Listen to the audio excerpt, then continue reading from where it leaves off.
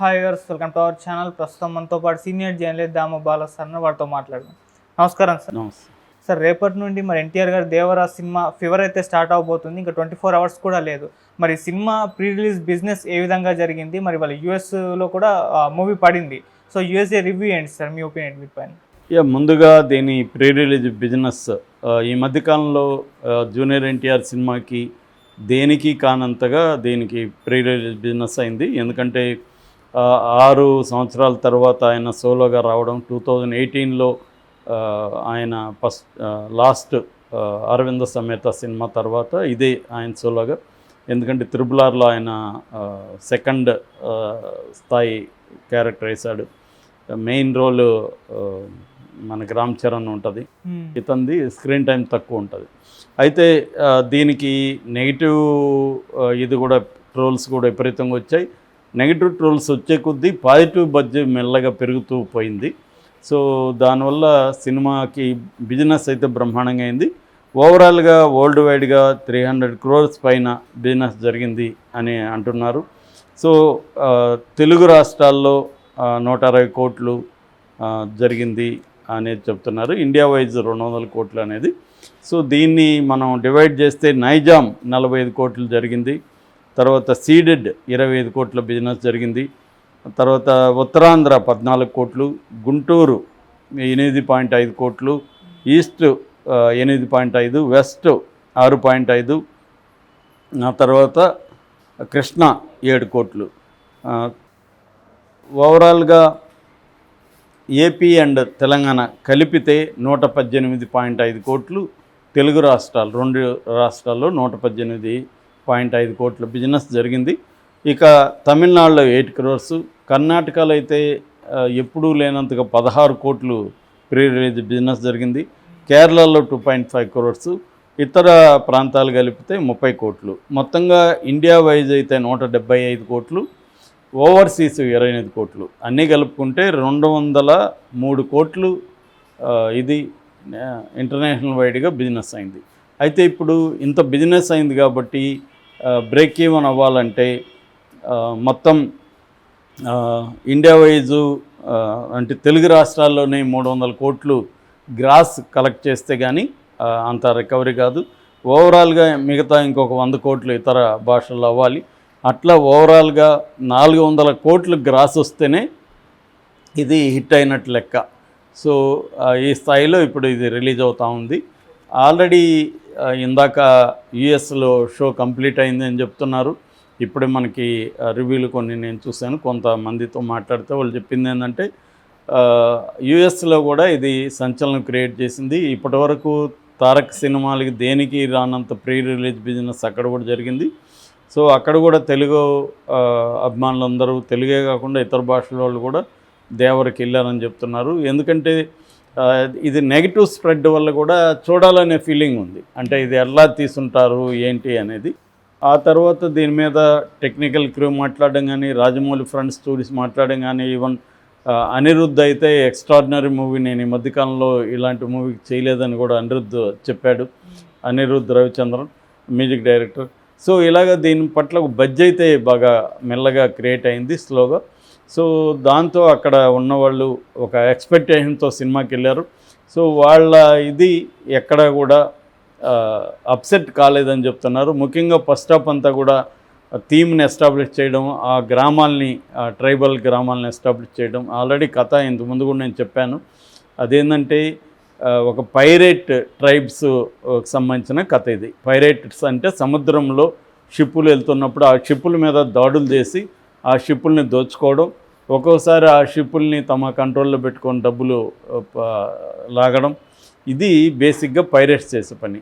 అలాగా ఇది ఒక సముద్రం ఒడ్డున నివసించే ఒక 10 గ్రామాల ట్రైబ్స్ వాళ్ళు షిప్పుల్ని దోచుకుంటూ ఉంటారు.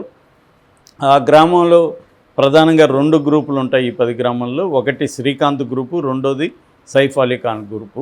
సో దీంట్లో మన దేవర అనే పెద్ద ఎన్టీఆర్ క్యారెక్టర్ 2 ఉంటాయి ఇక్కడ. తండ్రి కొడుకులు దేవర, వర. విలన్ పేరేమో బైరా, సైఫ్ అలీ ఖాన్.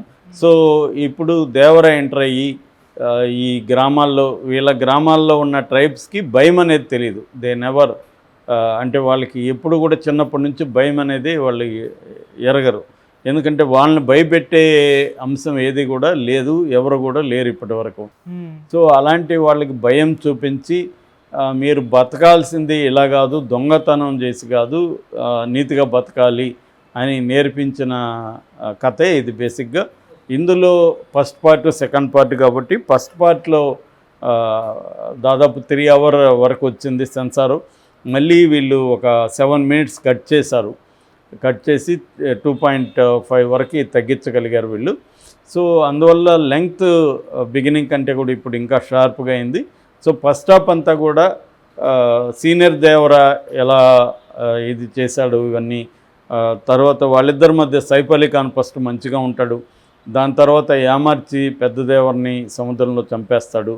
సో ఇతనేమో చిన్న దేవర కొడుకు వర జూనియర్ ఎన్టీఆర్ కొడుకు ఎన్టీఆర్ ఏమో పిరికివాడిగా పెరుగుతాడు. సో ఇప్పుడు ఇతను పెద్ద దేవర మళ్ళీ వచ్చాడా, లేకపోతే వరనే దేవరలాగా యాక్ట్ చేసి బతికున్నట్టుగా యాక్ట్ చేసి వరనే డబుల్ యాక్షన్ చేశాడా అంటే ఇక్కడేమో పిరికివాడిగా ఉంటాడు, తెలియకుండేమో వాళ్ళ నాన్నలాగా బిహేవ్ చేస్తూ వీళ్ళని మళ్ళీ ఎట్లా ఆట కట్టించాడు అనేది బేసిక్గా ఉందని చెప్తున్నారు. కథపరంగా అయితే ఇది. బట్ కథ గొప్పగా ఏమీ చెప్పడానికి ఏమీ అన్ని ట్విస్ట్లు టర్న్ లేకపోయినా స్క్రీన్ ప్లేలో చాలా సర్ప్రైజెస్ ఉన్నాయి. చాలామంది ఏమనుకున్నారంటే ట్రైలర్లో మొత్తం కథ చెప్పేశాడు శివ అనుకున్నారు, కానీ కథ చెప్పంది చాలా ఉందని చెప్తున్నారు రివ్యూలో వాళ్ళు. సర్ప్రైజ్ ఎలిమెంట్స్ అందుకనే మేము కూడా బయట పెట్టలేదు అంటున్నారు. సో ఫస్ట్ హాఫ్ చాలా బాగుంది. ఫస్ట్ హాఫ్లో కొన్ని యాక్షన్ సీక్వెన్సెస్ చాలా ఇంట్రెస్టింగ్ ఉన్నాయి. ముఖ్యంగా సముద్రం మీద ఇప్పటి వరకు హాలీవుడ్ సినిమాల్లో మాత్రమే మనం చూసాం, కానీ ఇండియన్ స్క్రీన్ మీద సముద్రాన్ని ఇలా ఎవరూ చూపించలేదు. ముఖ్యంగా అండర్ వాటరు లోపల పైన ఇటువంటి సీన్లు ఎక్కడా రాలేదు. కొంతవరకు పొన్నియిన్ సెల్వంలో వచ్చాయి, కానీ అవి ఈ స్థాయి ఇవి లేవు అని కూడా రివ్యూలో చెప్తున్నారు. పొన్నియిన్ సెల్వంలో కూడా సముద్రం ఫైట్ అది ఉంటుంది, కానీ ఇది ఎక్స్ట్రాడినరీగా ఉంది. అట్లాగే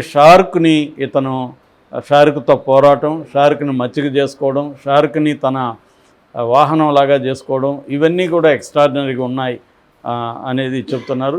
ఇక సెకండ్ హాఫ్ అయితే ముఖ్యంగా లాస్ట్ 40 minutes అయితే ఇప్పటి వరకు మనం ఎవరం కూడా ఇండియన్ స్క్రీన్ మీద ఇలాంటి చూడలేదు, అంత ఎఫెక్టివ్గా ఉంది అనేది చెప్తున్నారు. దాన్ని అయితే మనం ఊహించలేము, ఇలా ఉంటుంది సినిమాలో ఉంటుంది అనేది ఎవరు ఊహించలేము.